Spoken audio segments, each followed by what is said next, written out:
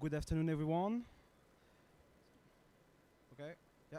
So, good afternoon, everyone, and welcome. Welcome to this talk dedicated to the space industry.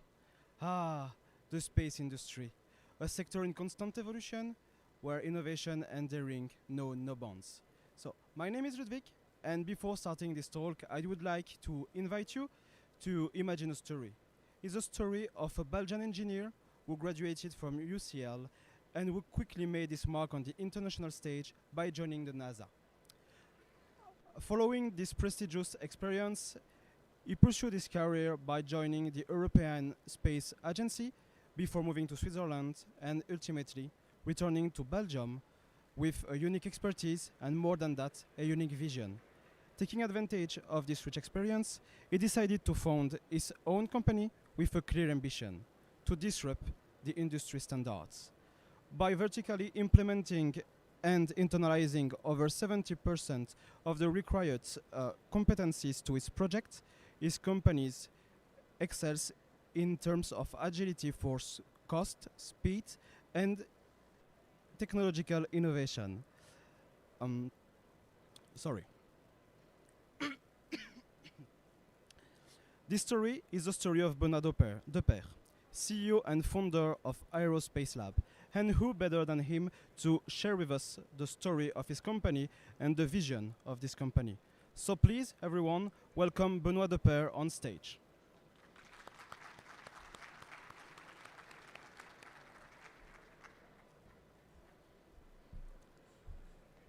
So, Benoît, I will leave the stage to you in 1 second, but first I have a question for you. Why did you create Aerospace Lab, and why in Belgium, a country where you actually never worked? Yeah, thank you. Yeah, two tough questions already. Yeah, I created Aerospace Lab because I was bored. I mean, the real reason is that I was working in hypersonics, so doing Mach 10 UAVs, and then the project I was working on was cancelled. And so I was living in Switzerland back then, and so I enrolled in an MBA program. And then just before the start of the MBA program, I was like, I don't want to, do consulting for Nestle or something like that. So I said I want to go back to what I like, and what I like is making satellites. And then why in Belgium? Because although it's not really a popular opinion, I do believe that Belgium is one of the best places to start such an endeavor. Why? Because we have a lot of talented engineers, and we need a lot of that to build the machines we are building. But then the R&D ecosystem is quite friendly, so we have a lot of incentivation programs that are made to push innovation and R&D. And we always complain in Belgium about the weather and the taxes and so on. But when we zoom out, the countries I've worked in, like in the US, Switzerland, the Netherlands, in France, basically it's worse there to start a company like this. So this is why I started Aerospace Lab and why I started it in Belgium.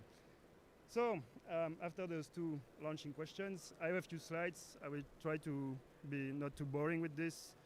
Some numbers to put the context. Aerospace Lab was created 6 years ago-ish, but actually it's more 6.5 years ago. March 2018 was the initial kickoff of the company, with the first employees joining.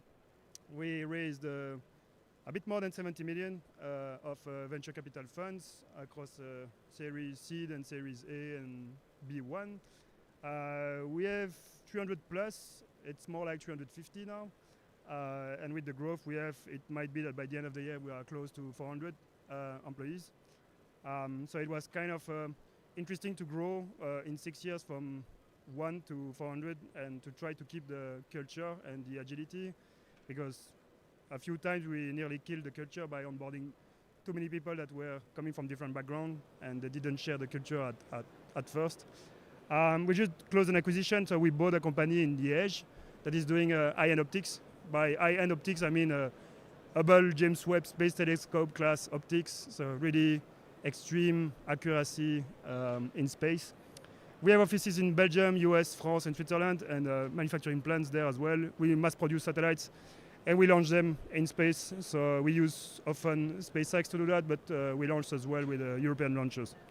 So yeah, to put it in a shy way, we are right now leading the global new space manufacturing movement in Europe, and we are in the top 3 in the US. So this new space thingy, for the ones that are not evolving in the aerospace sector, it's basically the same kind of revolution Agile did on the software side 50 years ago. It's happening on hardware and aerospace now. So we just do hardware and satellites in an agile way instead of doing waterfall development cycles that are lasting 25 years and costing 1 billion euros. Our development cycles are more like 6 months to 1 year, and more in the 1 million euro range than 1 billion euro. So basically, we manufacture everything in-house, and we have satellites are divided in 2 parts. One of them is like the bus. It's the part of the satellite that provides communication, pointing, power with solar panels and this kind of stuff, utilities somehow. And then you have the payload. And the payload is like the mission-specific sensor that you host on your satellite that is delivering basically the service that the mission is carrying.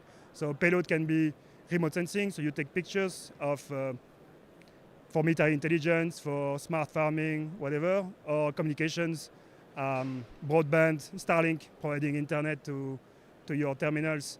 Can be IoT as well. Now all the rage is on direct-to-device, so connecting 5G chipsets, so 5G cell phones directly to space with satellites. So we are building all of this, and it looks like this. So this was a batch of satellites we launched in March earlier this year. We started with fairly small one. This is the mid-size one, and now we have customer requests that go up to 5 tons and the size of a school bus. So we are covering the whole range right now. And what is really differentiating us from competition is that we do really everything in-house. And this is, to our knowledge, nobody is doing that in the world, to go that deep in what we call vertical integration. So it means that we design the satellite, but we also design all the bits that go within the satellite. We do our own PCBs. What you can see on the left, it's a plasma thruster. So it provides thrust, and we can move satellites around in orbit. And we are one of the only companies that is doing its own plasma thruster. We do our own solar panels, and on the right-hand side, you can see a mirror for a big telescope that is being polished. So we have our own polishing machine and robots, and we go down to the nanometers of tolerancing to get those mirrors in shape to launch them in space. And usually, competitors are buying that from external companies and putting that together as a big Lego. We don't like that, so we just do everything in-house. And this allows us faster development cycles and to cram everything, to do end-to-end optimization, and really to get better products and faster. So I was mentioning a bit the range of satellites. We started with the one on the left, and then we are moving towards the one on the right, and it basically scales. So the one on the left is roughly from 50 kilogram to 500, and from a couple of million to 10 million each. And then the one on the right, it goes up to 5 ton and a couple hundred million each. And so we are assessing all those markets with common building blocks that we developed internally as well. And then once those satellites are built, we launch them in space. So this is a picture of a launch that occurred in March this year. And you can see on the bottom left and center, we have 2 satellites. One of them is Rose, that is attached on a SpaceX Falcon 9 rocket. So we have a lot of customers that are in this kind of Christmas tree, and you have a central tower with a lot of satellites being attached to it. Those satellites are being lifted off, and we are supposed to have like a video on this. Yeah, it works. So this is like from Vandenberg in California, close to the ocean, and it's the base from which we launch most of our satellites. And those launches are like 3 months ago, 6 months ago, 9 months ago, and we were on each rocket with different satellites. So it goes like this into space, and once we reach orbit, which for us orbit is like 500 something kilometers, we have a ejection sequence where all the satellites that are attached to this Christmas tree central tower are being jettisoned one by one. And then we have radio links, optical, so we have laser comms, a bit like fiber on ground, but in space with 2 telescopes looking at each other, and RF with radio frequency. That is basically allowing us to take control of the satellite and, frankly speaking, to debug it, because oftentimes we are quite in a rush to launch them. So up to now, we didn't deliver any satellite with the final software on board at launch time. So we kind of launched it with a version 0 point something of the software, and then we patch it on the fly. which is quite stressful because if you mess up, you can break it, and if you break it, you cannot reboot it. So it's done. So what does it look like, and what are those satellites used for? So this is a multispectral image coming from one of our satellites that was launched in November last year. NDVI, it's some acronym saying that basically it's looking at the chlorophyll content of vegetation. So it gets you this kind of maps, false color maps, saying this vegetation is healthy, the other one is not healthy. We are missing some nutrients. There is too much nitrogen there, not enough water there. So we fetch this kind of data. Each pixel is roughly like 4 by 4 meters.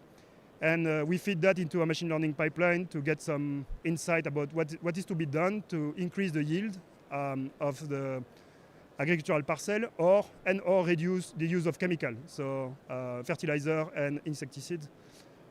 So yeah, we use that, and we feed the data to the European Space Agency and the European Commission that is delivering the data to the users. We have also different sensors, so we have a high resolution sensor providing more military intelligence kind of information. So a lot of stuff going on in the world right now, which is not so great for the world stability, but pretty good in terms of business for us, because the more wars and conflict zones, the more monitoring and the more intelligence we have to feed. So we have satellites monitoring this with different type of sensors again. On the upper right, it's thermal infrared. So this allows us to see what's hot and what's not hot. So we can use that for evapotranspiration. So looking at the plant breeding and closed metabolic growth plant model that is used to ultimately predict the yield per acre. But we can also look at bombs and basically stuff that is hot. So if you have like airstrikes, we can see and do what we call battlefield damage assessment, which is allowing us to understand what was hit and to which extent. This one, I have no clue if you are going to hear the sound, but I will try it, and just thumbs up if you can hear it.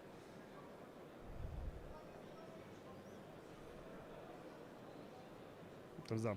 So you have to imagine, but basically this is a spectrogram. So we have satellites that are flying in space, and they have what we call software-defined radios. So they are looking at the frequency spectrum, and they are sniffing the signals out there. And this, you can see like every horizontal line is an FM radio station. So we go over places, and we just listen to signals. We can find people that are trying to jam or spoof GPS beacons, people that are trying to jam or spoof radios. And just to calibrate the system, we were listening to some pop radio in South Africa, and the snippet I was willing to read to you, it's basically some pop song of South Africa. We have a pipeline where this goes into Shazam, and we have analytics about what's going on there. Doesn't serve any purpose, but showcase that we have fun with flying software-defined radios in space, and we sniff signals. What's next for us? It's what we call megafactory. So it's the round-shaped building in the middle of the picture. We are building 22,000 square meters of factory, and this, as of today, would be the second/third largest satellite building factory in the world. First one being SpaceX Starlinks. Second one, close to us, it's Amazon Kuiper, because Amazon is putting its own satellite constellation in space. And this one is the biggest one in Europe. So we were investing quite a bit of money in this to make sure that Europe is not lagging too far behind. And it's taking shape, so we should receive the building early 26. The good news is that we are already closing customers that are requesting this to be online, to be delivered. So it was a bit of a bet to start the real estate project, because it's a big one, without having the clear customer in mind. But now we see that it's likely we are going to close the customer before the building is ready, which is quite good. And that closes my slide thingy part of it. And now it's Q&A, I guess.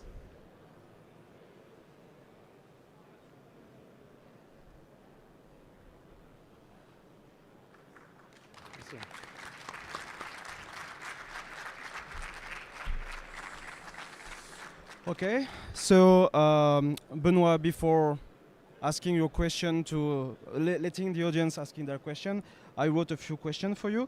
Could you tell me what is the the lifespan of a satellite? So the lifespan of satellites is really dependent on what the customer wants. So some of them are asking us for 15 years plus lifetime, and we design them accordingly. And some others, it's 5 years max. And I insist on the max because they have to, the orbits they are flying in, they have to leave the orbit within 5 years. So really depends, but it's 5 to 15. Yeah. And once the satellite is in space, what happens?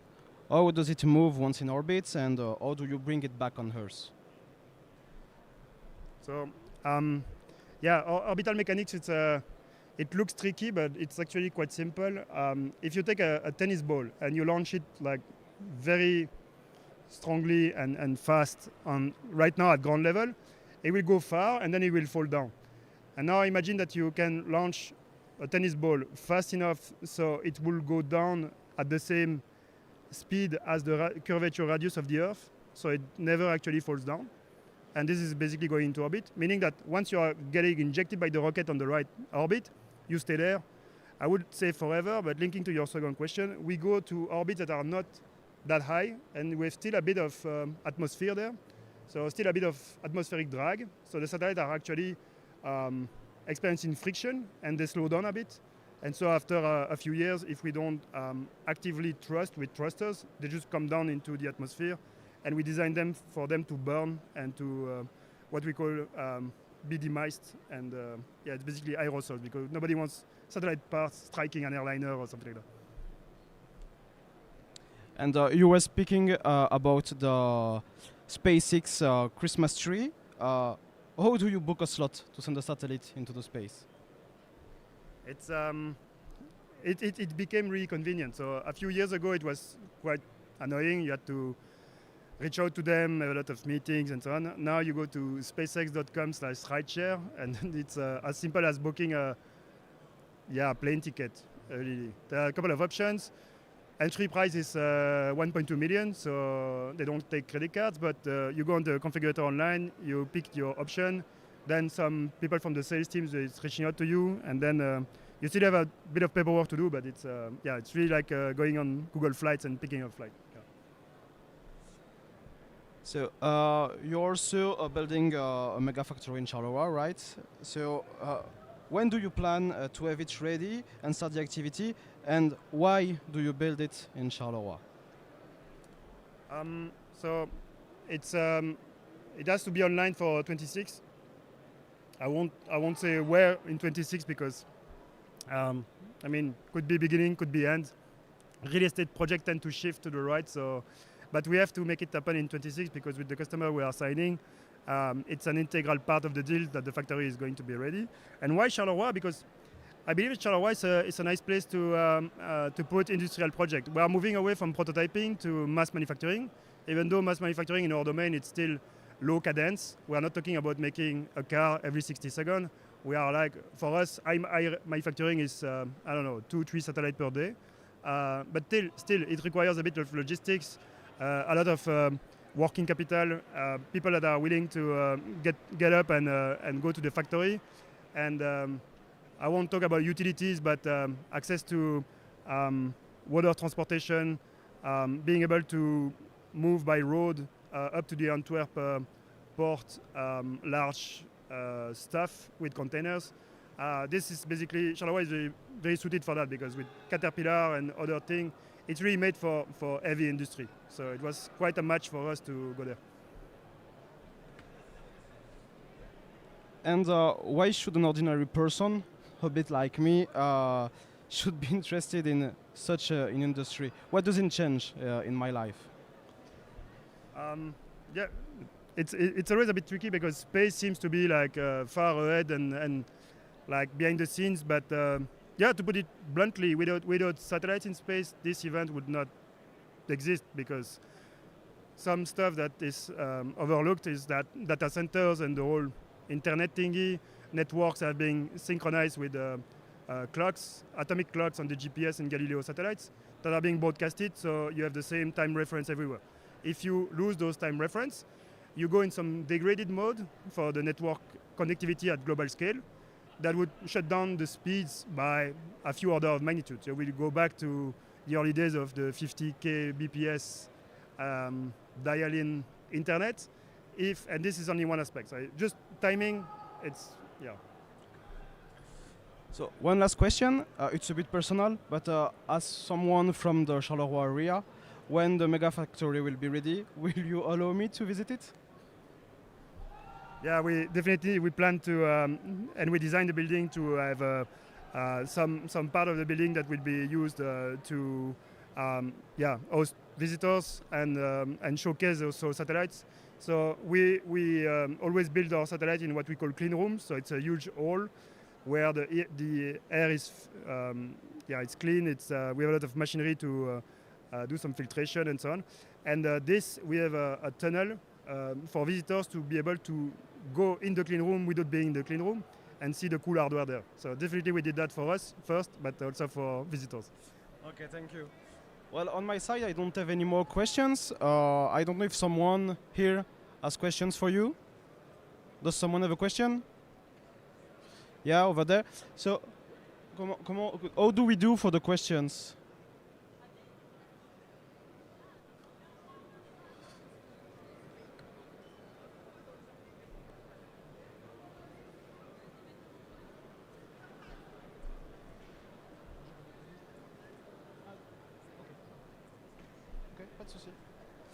Well, so apparently my colleagues will add a QR code on the screen so that you will be able to add your questions there. And, well, it will be easier like that.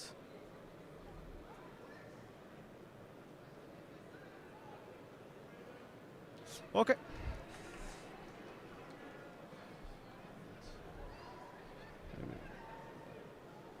Je sais pas si pour toi accéder aux questions. Ah. Bon.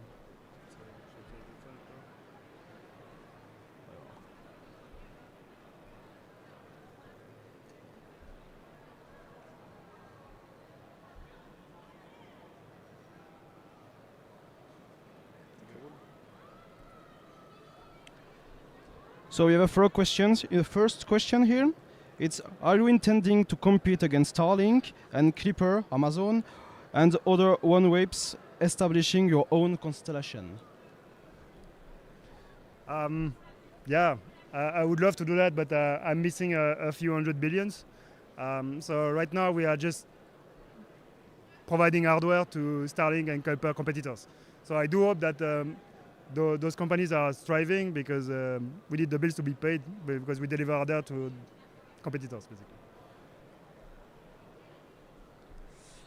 Okay, the next one is a bit long, but are you competing with Airbus? They are also in the same market. You also mentioned 5G. Are you also focusing on telecom and high throughput satellites? Amazon with Kuiper is moving in that market as well. What do you consider your differentiators? I assume you do not intend to offer services yourself like Amazon and Starlink. Are telecom companies amongst your customers? Yes, so short answer is yes. So we started as a remote sensing company doing satellite to take picture of the Earth and then sell the pictures. Then we discovered that the hardware we were designing and building for us was experiencing a lot of traction on the commercial domain. So we started to sell hardware to people who wanted to have their own satellites. And amongst this, since the last year or so, we have a huge push in telecom. We recently got our first sizable telecom contract, where this question is quite people that wrote this question, they know a bit the business. The Telesat Lightspeed constellation, we are doing the power subsystem. So everything that powers the 200 plus satellite of the Lightspeed constellation, we deliver that to them.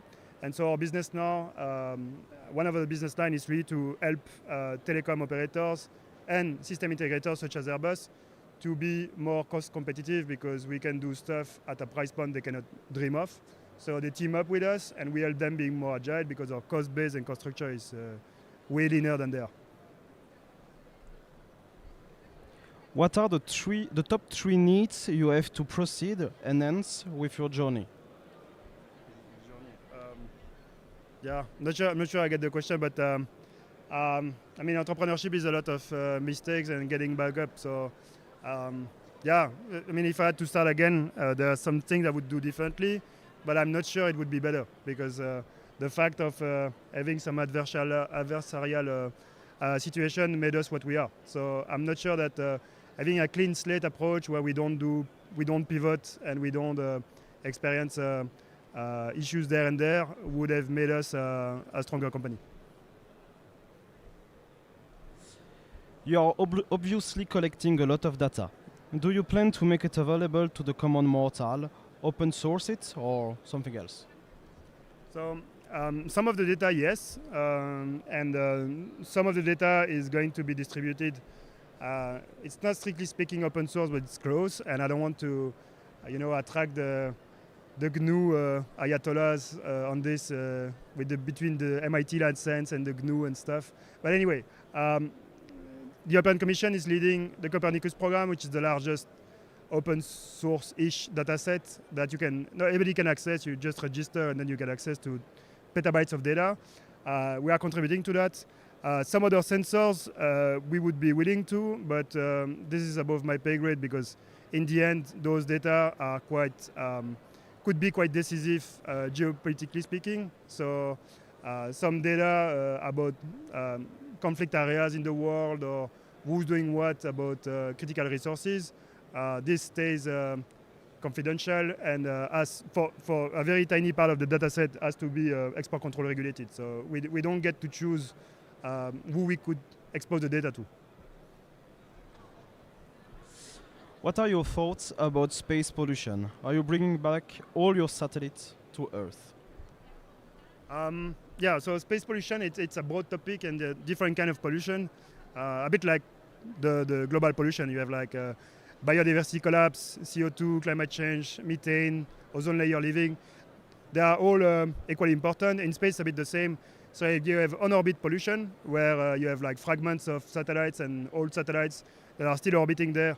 And basically, if you have seen the movie Gravity, it goes like this. So it's Sandra Bullock stuck in space, and then space shuttle blowing up because some Russian satellite goes and collide with it. And then you have a lot of smaller bits that themselves are colliding with those satellites.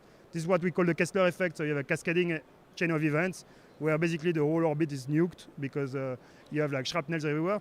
So this is one of the concerns. Another one is doing the re-entry to make sure that the satellites, when they re-enter the atmosphere, are going to burn and not have fragments that would have the kinetic energy to basically cause harm on ground or to strike an airplane or whatever. And then there is another one that we are discovering right now with SpaceX and Starlink, is that if you burn a lot of satellites in the upper layer of the atmosphere, you create a hole in the ozone layer. So this is fairly new. So the regulations are likely going to change, where we don't design them to burn anymore. We design them to not burn and re-enter and to crash into the Pacific Ocean. We have a specific area there, which is like the South Pacific uninhabited area, where it's basically the target for direct re-entry. So we are starting to work on those direct re-entry, even though it's not mandatory yet. I have the feeling it's going to be soon. So I will merge the two next questions because I think they are a bit linked together. So what Odoo modules are you using? For transponder leasing, do you use any of Odoo modules? And do you have any plans to help Odoo creating a space industry standardized module?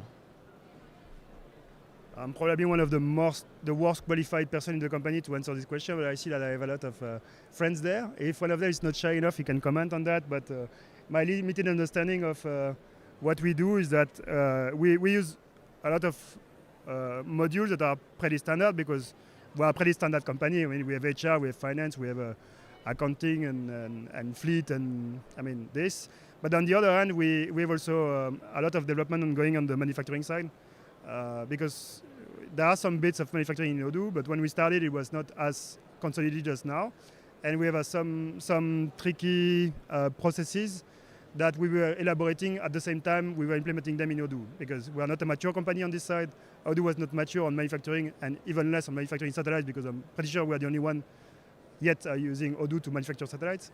And there is some porous exchange with the Odoo team, the corporate one, because part of the team, we have developers internally. Part of the team that is developing internally is formerly Odoo, and we are like 2 kilometers away from the HQ, so yeah. Speaking of Odoo, what will be the next challenges with your use of it? New modules, new users onboarding, something else?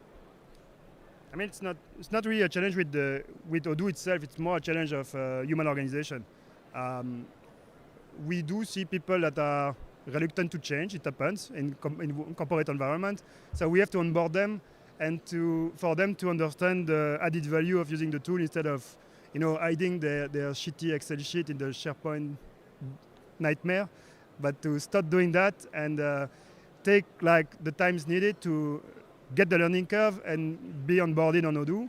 And again, it's maybe a 5% UX issue with the tool, but 95% is human mind not liking change. Do you have preferences for picking the rocket to carry your payloads? Ariane, SpaceX, etc. Yeah, this is a tricky one. I worked on Ariane 12 years ago, and I do like the idea of having sovereign access to space, because without that, Europe would not be playing on the same field that China, Russia, and the US are doing. On the other hand, it's quite pricey. So we need to get European launchers to do a better job in terms of cost.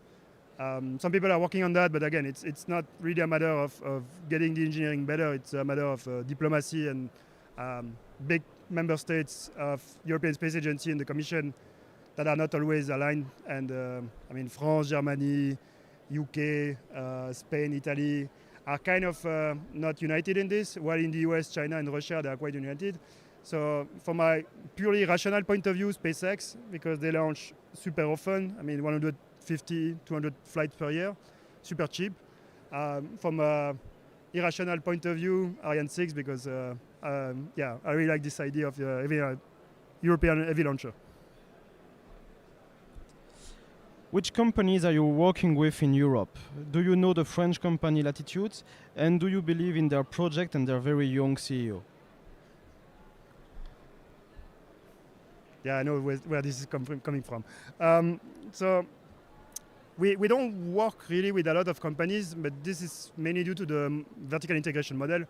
We are not a very good customer because we built everything in-house. So we do buy FPGAs and chips, but we don't buy equipment. We don't buy fully integrated units. We do everything in-house. Regarding Latitude, so Stanislas, it's amazing what he's been doing, and nobody in the industry was clearly betting on him.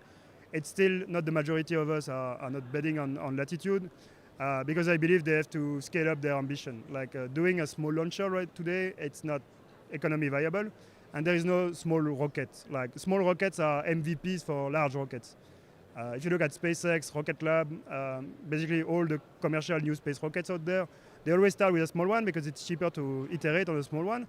But then once they get the recipe right, they just go for heavy or super heavy boosters because the economics are just like this. So to Latitude, to get their chunk of the business, they would need to ditch their very small rocket and to move into super heavy lift, because starting after the other, they have to be more ambitious. How do you manage to put different satellites in different points of the same orbit in one single launch? Yeah, again, orbital mechanics 101. If you are on the same orbit, this is what we call phasing. So it doesn't consume much of energy to stay on the same orbit, but just phase yourself. And this actually you can do it even without propulsion. You just take the wind with your solar panels and hence your drag coefficient, and then you slow down, and you let some satellites slow down, and then you stop the slow down attitude control, and then you phase them nicely. How does Odoo help you in your industry? I mean, I'm pretty sure it's a bit like Odoo helping all the other companies in all the industries. We just like, it's putting all the data at the same place and allowing us to be more efficient. And I guess in the end it's key. Like we need efficiency to compete against, again, China, Russia, and the US. We cannot lose time going back again to this Excel sheets on SharePoint. This is not efficient, and Odoo is helping us to bring back everybody in-house, but also, and more importantly, to reflect on ourselves on what is missing process-wise and in terms of governance. Because when we ask the internal Odoo team to develop stuff, we need to feed them with requirements and use cases. And we discover that most of the time we don't have them written or they don't exist, and we just improvise. And improvising with nearly 400 people on the payroll, now it's becoming tough. And we start to have like the diseases of big companies like silos, information not flowing well. And Odoo is kind of the place where all the failures, the internal failures are converging, because when something is not working, they go yell at the Odoo team. So this is really helping us setting this out.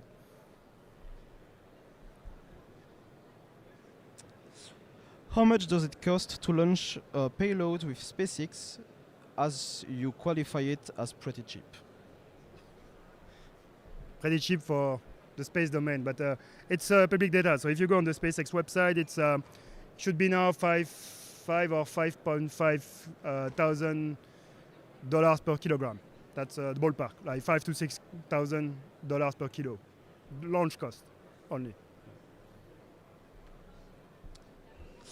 Do you have access to all the data collected from your satellites, or is the access restricted to your customer? Really depends. If it's satellites that we built for ourselves, we are the end user, so we use the data. If it's satellites to deliver to customers, some of them, they just operate it, and we don't have any news about what they do with the satellites.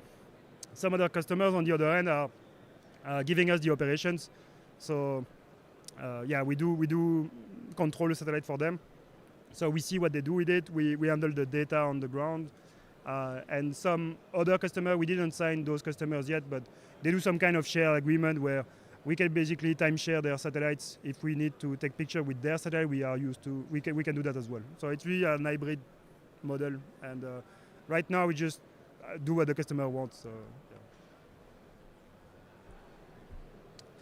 So you already answered part of this question, but there is a second part of the question, so I will ask it as a whole. What are your thoughts about Latitude and similar startups from the ecosystem, and will it become a real alternative to SpaceX in the future? Yeah, it's a tough one, because SpaceX success is I'm not sure it's possible to replicate it, at least not in Europe, and not because we lack money or brains, but it's more like the size of the internal market. When you look at the US market for launches, it's huge. So if you had like a copycat of SpaceX in Europe with the same implementation and flawless execution of project, it will still be more expensive, because the institutional customers, so namely government, space agencies, defense ministries out there, are just procuring way less than the US is procuring internally. And so we can't trigger yet this domestic demand that would trigger mass manufacturing, that would trigger a virtuous cycle of rockets being cheaper. It's partially why Ariane 6 is so expensive, is that we best case scenario, we launch like 4 to 6 per year, while SpaceX is 150 to 200 launches per year with the same rocket. So the economics are just not there. And I believe that the small launchers are going to face this, and they would need, to start a rocket launcher company, you need to raise 500 million to get from nothing to the first small launcher that works. And then you need to raise another 500 million to get from there to sustainable income, because the first rocket into space, at current market price, you earn 10 million, it's fine, but you have a cash burn of like hundreds of millions per year. So you need to revert the tendency, augment the launch cadence, and this takes a few years. So 1 billion is the ballpark. And we have seen in Europe, venture capital is not really keen on putting 1 billion euros bets on early stage companies that are doing hardware, which is a bit less the case in the US. So are you involved in European projects like Iris2? So yeah, Iris Square, it's one of these projects that is supposed to trigger the domestic demand. It's a bit early to comment on what is our involvement in this, if involvement at all, because they are, as of today, they are consulting with the Commission and the core team that has submitted offers to the Commission. So we will see clearer who's doing what, and at least who's telling what by the end of the year or early next year. Well, the next question is still being written, so... Oh no, I missed another one. Okay. So what's your next big dream for space?